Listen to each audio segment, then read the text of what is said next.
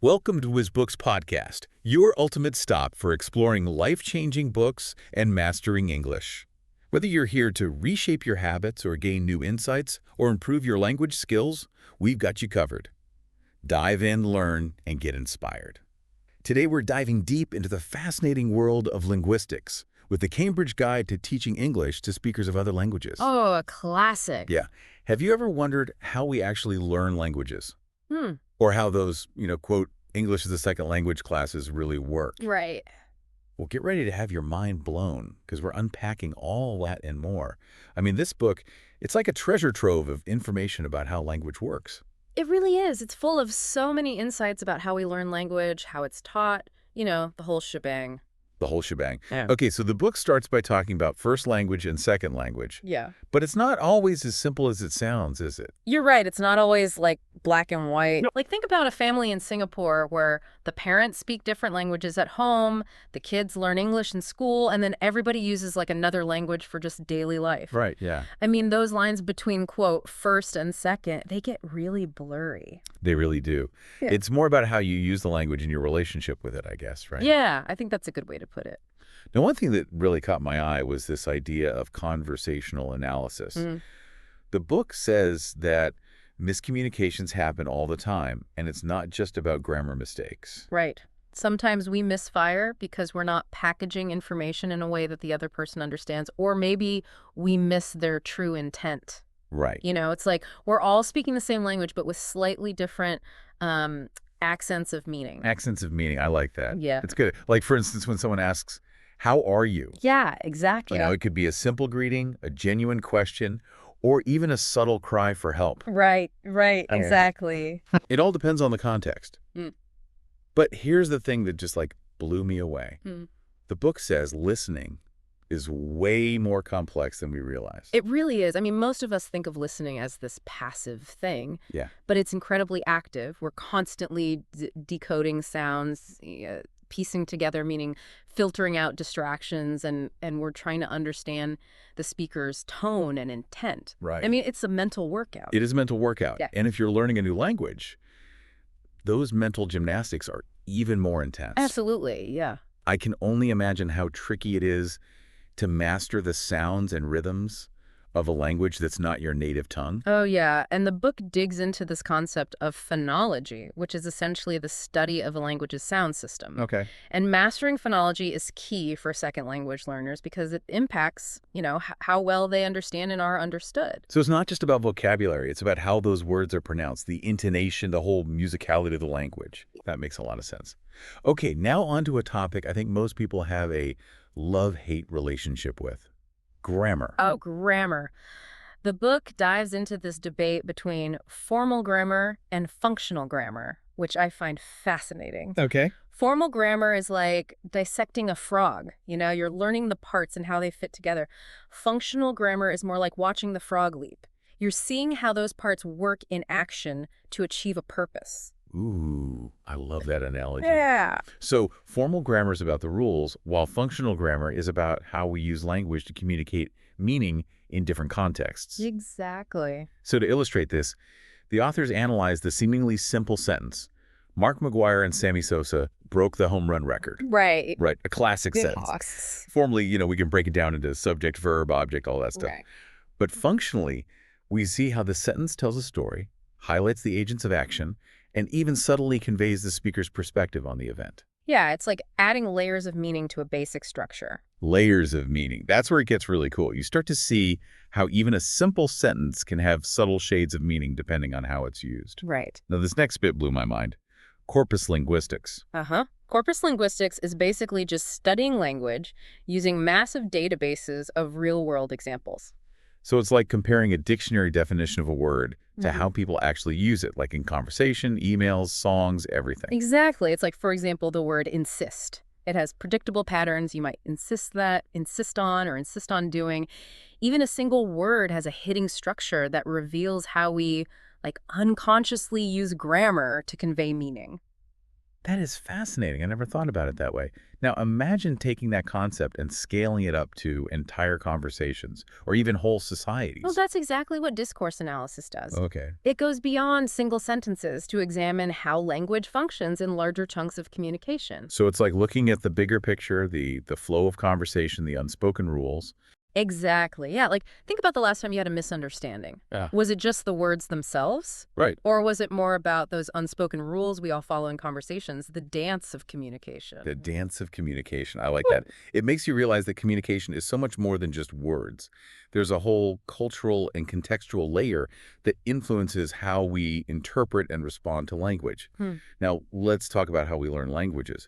Is everyone's brain wired the same way when it comes to acquiring a new language? That's a great question. And the book emphasizes that language learning is an active process, not a passive one. Okay. It's about engaging with the language, experimenting, making mistakes, and constantly refining your understanding. So it's less about absorbing information like a sponge and more about actively constructing your own understanding of the language. Precisely. And this is where language awareness comes in. It's about being conscious of how language works, noticing patterns, understanding subtle differences in meaning, reflecting on your own learning process. It's like being a detective, but for language. I love that. So as learners, we're not just memorizing words and rules, we're actively trying to crack the code of language. Exactly. Speaking of cracking codes, we can't ignore the impact of technology on language learning. I mean, who hasn't tried out Duolingo or Babbel these days? Yeah. Technology has definitely changed the game. For sure. The book highlights how online environments are shaping language learning and communication, and it's not all doom and gloom, despite what some might say. Really? Okay, interesting. Yeah. Oh. For example, research shows that online conversations can actually be more complex than face-to-face ones. Wait, really? Why is that? Well, it seems people are more deliberate and thoughtful in their online writing, which can actually lead to richer language use. Huh. And when you know your writing will be seen by a wider audience online, you naturally put more effort into it. Right, yeah. It's like putting your best self forward for the world to see. So technology isn't replacing language learning, it's enhancing it in unexpected ways. Exactly. It's a tool that can be incredibly powerful, but it's up to us to use it wisely. Yeah. I challenge you to explore some of those language learning apps and online resources. You might be surprised at what you discover. Challenge accepted. And for all our listeners out there, I encourage you to take on that challenge as well. Who knows, you might just unlock a new passion for language learning along the way. And we're just getting started. There's so much more to uncover. I know, right? This book is a gold mine. Mm-hmm. Okay, Well, so let's talk about bilingualism. I feel like there are a lot of misconceptions about what it actually means to be bilingual. oh, absolutely.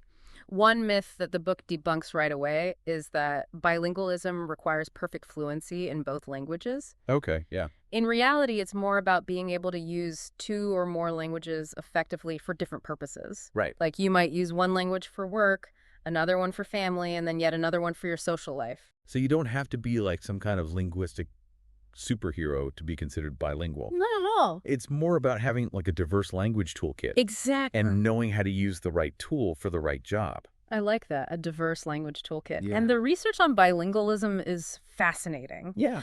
Studies have shown that bilingual individuals, they often have an advantage in tasks that require cognitive flexibility, problem solving, multitasking, things like that. So speaking multiple languages is like a mental workout. It is, yeah. Keeps your brain sharp and adaptable. Interesting. But, it's important to remember that the relationship between bilingualism and cognition is complex. Right. I mean, there are so many factors at play, like individual experiences, age, cultural background. Of course, yeah. We Huh. can't just make sweeping generalizations about bilingual brains. Exactly. Right. Okay, let's talk about bilingual education. I think this is a topic that often sparks a lot of debate. It does. It does. The book explores different approaches to bilingual education, each with its own pros and cons. Okay. Some models focus on, maintaining the student's native language while developing proficiency in the dominant language, while others prioritize a quick transition to the dominant language. So it's a reminder that there's no one-size-fits-all solution when it comes to language and education. Right. The best approach really depends on the specific context and the needs of the learners. For sure. Speaking of context, let's dive into sociolinguistics. Okay, yeah.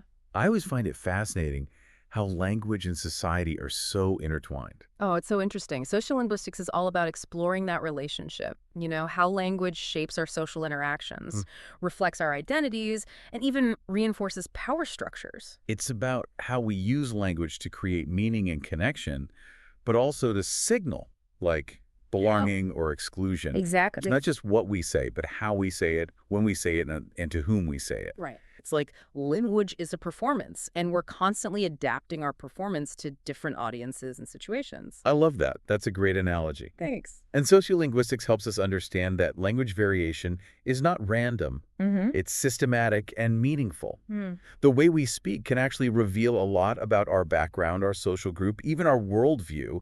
Think about those studies that show how people's accents can change depending on who they're talking to. Oh, yeah, code switching. Exactly. Yeah. It's like a subconscious way of fitting in or asserting our identity. It's like we have different language wardrobes for different occasions. And it makes you realize that language is constantly evolving and adapting to social pressures. Now, the book also touches on a rather controversial topic, linguistic relativity. Oh yeah, the Sapir-Whorf hypothesis. Yes. Is there any truth to the idea that the language we speak influences how we think? Well, it's a big question, and the debate, is ongoing. Right. But some studies do suggest that there might be subtle connections between language and thought. Like what? Like, for instance, different cultures having different words for colors. This can actually influence how they categorize and perceive those colors. It's a mind-boggling concept. Imagine if the language we speak actually shaped the way we see the world. Whoa. Now, another fascinating area within sociolinguistics is the study of languages in contact. Oh, yeah, that's a fun one. What happens when different languages collide? Well, it's like a linguistic melting pot. Languages in contact can lead to, like, borrowing words and grammatical structures, or even the development of, like, entirely new languages, like pidgins and creoles. Right. Think about the unique blend of languages and cultures we see in places like Singapore or the Caribbean. It's amazing. It's a reminder that language is this dynamic, ever-changing system that reflects the dynamism of human interaction. Speaking of dynamic systems, let's shift gears and talk about English for academic purposes, or EAP. Okay, yeah. EAP focuses on equipping learners with the language skills they need to succeed in academic environments. It goes beyond, basic grammar and vocabulary to encompass the specific demands of academic discourse, like presenting arguments, citing sources, using specialized vocabulary. So it's like learning a whole new language within a language. Yeah, kind of, yeah, like a dialect specific to academia. It makes sense to tailor instruction to the unique challenges students will face in their academic studies. Right, exactly. And EAP research has highlighted key differences between, everyday spoken language and the formal language used in academic settings. Like what? Well, for example, academic lectures. They're often highly structured and densely packed with information, Yeah. and that requires very specific listening strategies. Academic writing demands a high level of formality, precision, logical argumentation. So it sounds like EAP is this vital bridge for learners transitioning to the world of academia. It really is, yeah. Okay, now how do we measure what learners have learned and how well they can actually use the language? Well, that's where language assessment comes in. It's the process of, gathering information about a learner's language proficiency or achievement. Traditionally, this meant like tests and exams focusing on grammar and vocabulary. Right, the good old-fashioned fill in the blanks. Exactly. But there's been a shift towards more communicative and task-based assessments that mirror real-world language use. So instead of just testing grammar rules in isolation, you might ask learners to, give a presentation, write an email, or role-play a conversation. Exactly. And this reflects a broader understanding of language proficiency as, the ability to communicate effectively in different contexts. Not just knowing a bunch of rules. Right. It's about putting language into action. That makes so much sense. Now let's talk about evaluation in the context of language teaching. How do we know if a language program is actually working? Well, evaluation is crucial for ensuring that language programs are effective, engaging, and meeting their objectives. It involves asking questions like, are the learning objectives being met? Are the materials engaging and appropriate? Is the teaching approach effective? And evaluation can happen at different levels, from individual lessons to entire programs. So evaluation is like a quality control check for language teaching. Yeah, I like that. It's about making sure that everything is running smoothly and that learners are getting the most out of the program. Exactly, yeah. And it sounds like it involves collaboration between teachers, administrators, and even the learners themselves. You got it. Effective evaluation is a collaborative process that draws on a variety of methods: student feedback, classroom observations, analyzing test scores, and it's an ongoing process. Not just a one-time event. Right. So it's about constantly reflecting, gathering data, and making adjustments to ensure that language teaching is truly hitting the mark. Exactly. Okay, now let's talk about syllabus design, like creating that roadmap for language learning. Syllabus design. What are the key things to consider when designing a syllabus? Well, syllabus design is all about making decisions about, what to teach, when to teach it, and how to teach it. Okay. It's about crafting this, coherent and effective plan for language instruction. Right. There are different approaches, each with its own strength. Hmm. The traditional structural syllabus focuses on teaching grammatical structures in a sequential order. Right, like building blocks. Exactly, building from simple to complex. Okay. Then you have the functional syllabus, which focuses on teaching learners how to use language for specific purposes, like making requests or giving directions. Okay. And then finally, there's the task-based syllabus, which, as the name suggests, organizes instruction around real-world tasks. So it's like a spectrum from focusing on the building blocks of language to equipping learners with the tools they need to use language in authentic situations. Exact. And it sounds like there's a trend moving away from purely grammatical syllabuses towards more communicative and task-based approaches. Yeah, there is. There's a growing recognition that language learning is most effective when it's, meaningful and relevant to the learner's needs and interests. Right, because we learn best when we're engaged and motivated. Exactly. Makes sense. Now, when designing a syllabus, how do we decide what content to prioritize? I mean, there's so much to cover. Right, there is. And that's where needs analysis comes in. Needs analysis. It's about gathering information about the learner's language needs goals and the context in which they'll be using the language. So we might ask learners about their reasons for learning, the situations they'll be in, and the specific skills they want to develop. Exactly. And then this information guides the selection and sequencing of content in the syllabus. Okay. And, needs analysis isn't a one-time thing. Effective teachers constantly assess their learners' needs and make adjustments to the curriculum as needed. Right. It's about being responsive and flexible. Makes perfect sense. Mhm. It's all about making the learning experience as relevant and personalized as possible. Exactly. Speaking of personalized learning, let's talk about language awareness. Okay. Yeah. How does understanding how language works actually help us learn a language? Well, language awareness is all about developing, a deeper understanding of the mechanics of language. Yeah. It's about going beyond simply using language to thinking about it critically and reflectively. So it's like becoming a language detective, figuring out the patterns, rules, and nuances that make language tick. Precisely. And research shows that developing language awareness can significantly impact language learning. In what way? Well, it helps learners become more aware of their own learning processes, the strategies they use, and the areas where they need to focus. It's about becoming a more self-aware and strategic learner. It's like leveling up your learning skills. Exact. Now, what other benefits does language awareness offer? Well, it also cultivates sensitivity to the finer points of language. The subtle differences in meaning, the ways language conveys social status, or how cultural context shapes communication. This deeper understanding empowers learners to become more confident and effective communicators. So it's about moving beyond rote memorization to truly grasping the nuances and power of language. Exactly. Okay, now let's shift gears to an approach that's gaining traction in language teaching. Task-based language teaching, or TBLT. Oh, yes. TBLT is all about organizing language instruction around real-world tasks. Okay. So instead of just learning grammar rules in isolation, learners are challenged to use language to accomplish meaningful goals. So like what kind of tasks are we talking about? Well, imagine planning a trip, writing a letter of complaint, participating in a debate, Okay. all in the target language, of course. That sounds a lot more engaging than just, filling in the blanks in a workbook. It is. So the emphasis is on using language to get things done, not just memorizing rules. Absolutely. TBLT focuses on fluency and communicative competence, allowing learners to make mistakes and learn from them in a supportive environment. It's about giving learners the freedom to experiment, to take risks, and to see language as a tool for real-world communication. Exactly. Now, does the research support this approach? It does. Studies show that TBLT is effective in developing language proficiency, and it fosters learner engagement and collaboration. Interesting. Yeah. Tasks provide this rich and engaging context for learning. They promote interaction and collaboration, and they highlight the practical value of language skills. It's learning by doing, but with a communicative twist. I love that.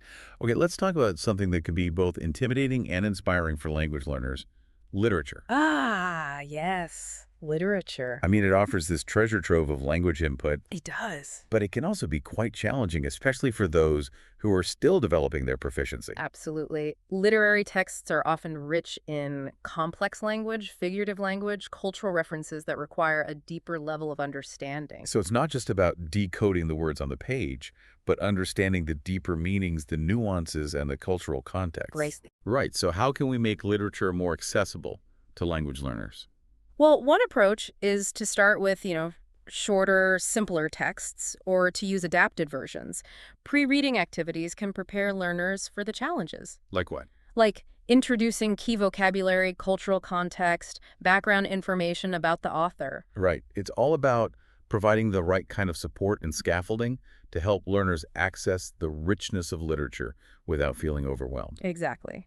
And then during reading, teachers can use a variety of strategies to support comprehension, Like what? like providing glossaries, asking guiding questions, encouraging group discussions.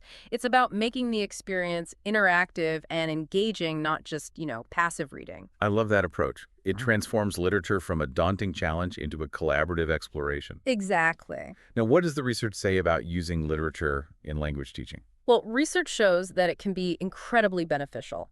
Literature exposes learners to a wide range of vocabulary, grammatical structures, and language styles. And this enriches their linguistic repertoire. Right. But beyond language skills, literature can cultivate critical thinking, empathy, and intercultural understanding by exposing learners to diverse perspectives and universal themes. It's a reminder that language learning isn't just about acquiring skills. It's about broadening our horizons, expanding our empathy, and connecting with the wider world. Beautifully said. Now, shifting gears slightly, let's talk about genre. Okay.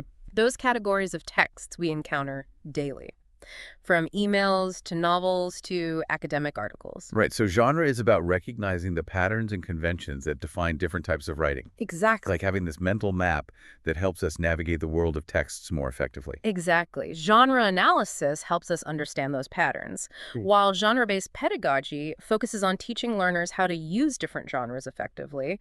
Imagine learning how to, craft a persuasive essay, decode a news article, write a captivating short story, all through the lens of genre. It sounds like a very practical and empowering approach. It is. Instead of just learning grammar rules in the abstract, learners are equipped with the tools to use language for specific purposes and audiences. Right. And the research supports this.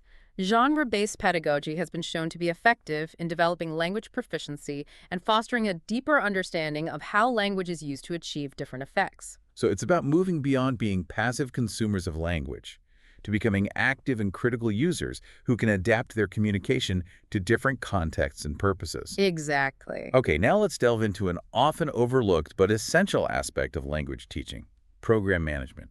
Ah, yes, program management, the backbone of any successful language teaching operation. What does it involve exactly? Well, it's about, planning, organizing, and coordinating the resources and activities needed to create a supportive and effective learning environment. So it's about the behind-the-scenes work that ensures everything runs smoothly. Exactly. Program management involves this wide range of tasks, from setting goals and objectives to budgeting and staffing to marketing and evaluation.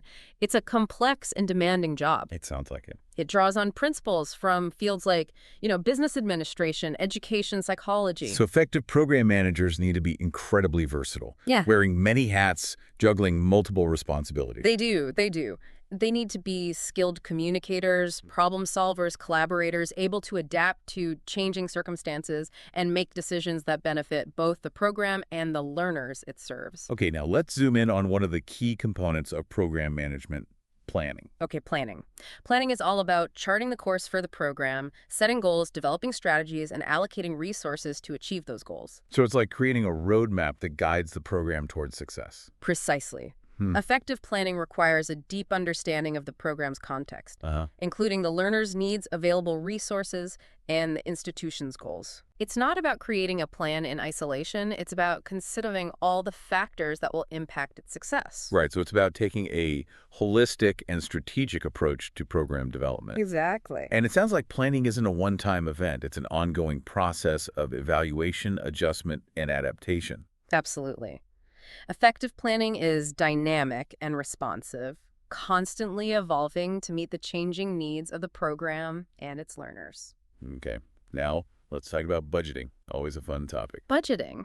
Well, budgeting is all about the responsible stewardship of the program's financial resources, Okay. making sure that the program has the necessary funds to operate effectively and sustainably. So it's more than just number crunching. It's about making strategic decisions about resource allocation to ensure the program's long-term health and viability. Exactly. Budgeting involves, forecasting expenses, allocating funds, tracking spending, and making informed decisions about how to best utilize resources to support the program's goals and meet the needs of its learners. It's about ensuring that the program is financially sound and can continue to provide high-quality language instruction for years to come. Exactly. Now let's talk about staffing, arguably the most important element of any program. Oh, for sure. Staffing is all about building a team of, qualified, dedicated, and passionate individuals who are committed to the program's mission and the success of its learners. So it's about finding those educators who not only have the expertise, but also the heart and the drive to make a real difference in the lives of their students. You put perfectly. Staffing involves everything from crafting clear job descriptions, conducting thorough interviews, to providing ongoing professional development opportunities that foster growth and excellence. It's an investment in the human capital of the program, recognizing that teachers are the heart and soul of any educational endeavor. Couldn't agree more. And effective staffing also involves creating a positive and supportive work environment where teachers feel valued, respected, and empowered to do their best work. Because happy teachers are more likely to inspire happy learners. Now let's talk about marketing, which isn't always seen as central to education. But I think it's crucial for any language program. You're absolutely right. Marketing is all about, sharing the program's story with the world, showcasing its value, and attracting new learners who can benefit from its offerings. It's about making sure that the program's light shines brightly and reaches those who are seeking to enhance their language skills and broaden their horizons. So it's about creating a buzz, generating excitement, and communicating the program's unique strengths and benefits. Absolutely. Marketing involves developing compelling brochures and websites, attending conferences and networking events, engaging with potential learners through social media, and building relationships with, key stakeholders like schools, businesses, community organizations. It's about spreading the word far and wide. It's about showcasing the transformative power of language learning and inviting others to join the journey. Now let's talk about evaluation. That essential process of assessing the program's effectiveness and identifying areas for growth. Evaluation is like holding a mirror up to the program, reflecting on its strengths, acknowledging its weaknesses, and using this knowledge to guide continuous improvement. So it's about taking a critical but constructive look at the program's performance gathering data and using that data to inform decision-making and drive positive change. Precisely. Evaluation involves a variety of methods. Like what? Well, collecting feedback from learners, analyzing test scores, observing classroom interactions, and reviewing program documentation. Yeah. It's about gathering data from multiple perspectives to get a holistic picture of the program's impact and identify areas where it can evolve and excel. It's about ensuring that the program is accountable, responsive, and always striving for excellence. Okay, now let's shift our focus to a topic that's becoming increasingly important in our interconnected world. Intercultural communication. Oh, yes. Intercultural communication.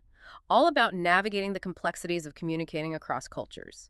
Recognizing that language is just one piece of the puzzle. So it's about understanding that what's considered polite or appropriate in one culture might not be in another. Exactly. And that even seemingly simple interactions can be fraught with potential misunderstandings. Absolutely. Intercultural communication involves understanding cultural differences in, values, beliefs, communication styles, and even nonverbal behavior. Right. It's about developing the sensitivity and skills to build bridges across cultures, fostering understanding and respect despite differences. So it sounds like intercultural communication is becoming like a vital skill set in today's globalized world, It really is. where we're constantly interacting with people from diverse backgrounds. Absolutely. And intercultural communication training plays a vital role in preparing individuals and organizations for these cross-cultural encounters. So what does intercultural communication training actually look like? Well, it can take various forms from, interactive simulations and role-playing exercises to thought-provoking discussions and case studies. The goal is to provide participants with the opportunity to experience different cultural perspectives, develop their intercultural communication skills, and gain a deeper understanding of the nuances and challenges of cross-cultural interactions. It's like giving people a safe space to step outside their cultural comfort zones, Exactly. Yeah. experiment with different communication styles, and develop a more nuanced and empathetic approach to intercultural interactions. Precisely. And, research has shown that intercultural communication training can be incredibly beneficial. In what way? Well, it increases awareness of cultural biases, improves communication skills in cross-cultural situations, and fosters more positive and productive interactions across cultural boundaries. So it sounds like a valuable investment in building bridges, fostering understanding, and creating a more harmonious and inclusive world. It is. It is. Now, we can't talk about intercultural communication without addressing the impact of technology. Of course not. Technology has undeniably revolutionized how we connect with people from different cultures, both for good and for ill. Right. On the one hand, it's easier than ever to connect with people from all corners of the globe through social media, email, video conferencing, countless other platforms. It's like the world has become a global village, and we're all interconnected in ways that were unimaginable just a few decades ago. It's true. But technology also presents challenges to intercultural communication. How so? Well, different cultures have different norms for online communication, like the level of formality, the use of humor, the interpretation of nonverbal cues like emojis. Right. Without awareness of these differences, misunderstandings and even offense can arise. It's like navigating a linguistic minefield where the rules are constantly shifting. It can be, yeah. And with the rise of echo chambers and filter bubbles online, technology can sometimes reinforce cultural divides rather than bridge them. Absolutely. That's a crucial point. It's more important than ever to be mindful of how we use technology and to approach online intercultural communication with, sensitivity, awareness, and a willingness to learn and adapt. So technology is this tool that can amplify both the best and the worst aspects of intercultural communication. Exactly. It's up to us to wield it wisely and responsibly, using it to build bridges rather than walls. Well said. And this brings us to the heart of what we've been discussing today, the importance of understanding the multifaceted nature of language and communication, especially in today's increasingly interconnected and diverse world. Absolutely. This deep dive into the Cambridge Guide to Teaching English to Speakers of Other Languages has been a revelation, highlighting the complexities of language learning, teaching, and communication in a way I never imagined. I know, me too. It's been a fascinating journey. We've explored everything from the foundational concepts of language to the social, cultural, and technological forces that shape how we communicate and learn. We've delved into the intricate world of bilingualism, unpacked the nuances of sociolinguistics, and explored the dynamic landscape of language teaching and program management. We've even ventured into the realms of literature, genre, and intercultural communication, recognizing the transformative power of language to connect us, challenge us, and expand our understanding of the world. It's been an incredible exploration. It really has. And I have to say, I'm feeling this renewed sense of awe and wonder at the sheer power and complexity of language. Me too. It's a reminder that language is so much more than just a set of rules or a tool for communication. It's this vibrant, dynamic, and ever-evolving system that reflects the richness and diversity of human experience. Now, as we wrap up this episode, I'm left with a burning question. Okay, I'm intrigued. What is it? Knowing what we now know about language, how can we approach learning a new language differently? How can we embrace the challenges, celebrate the victories, and just make the most of this incredible journey of linguistic discovery? That's a fantastic question, and one that I hope our listeners will ponder as they continue their own language learning adventures. Because language learning is a journey that's full of surprises, challenges, and ultimately incredible rewards. It's about opening ourselves up to new ways of thinking, connecting with different cultures, and expanding our understanding of the world and ourselves. Couldn't have said it better myself. And with that, we'll wrap up this episode of the WizBooks podcast. You know, it's amazing how much ground we've covered in this deep dive into I linguistics. know, right? And it feels like we've only just scratched the surface. Yeah, But it's been such a rich and rewarding exploration. it really has. We've journeyed through, like, the core concepts of language. We've delved into that fascinating interplay between language and society.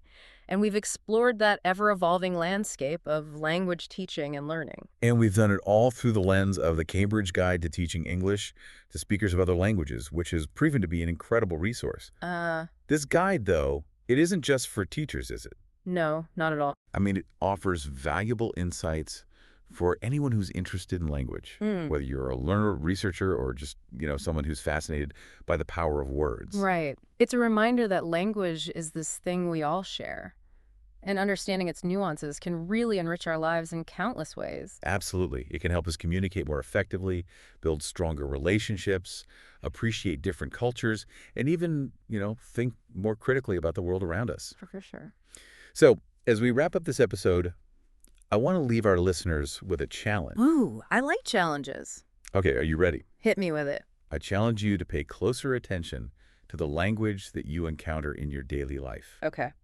Notice those subtle ways that language is used to persuade, inform, entertain, or connect. Uh-huh. Think about, the different languages that you use in different situations with your family, your friends, your colleagues. Yeah, Become a language detective. I love that. Uncover the hidden meanings and motivations behind the words that we use every day. I think you'll be amazed by what you discover. I think so too. You might start to see patterns you never noticed before. Or you might gain this newfound appreciation for the artistry of language. For sure. It's about awakening that sense of wonder and curiosity about something we often take for granted. Precisely. And that's what we're all about here at the WizBooks podcast.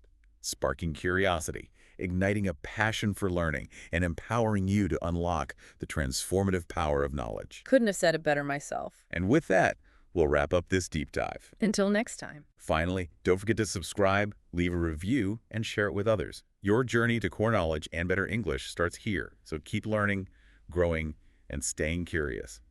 See you next time.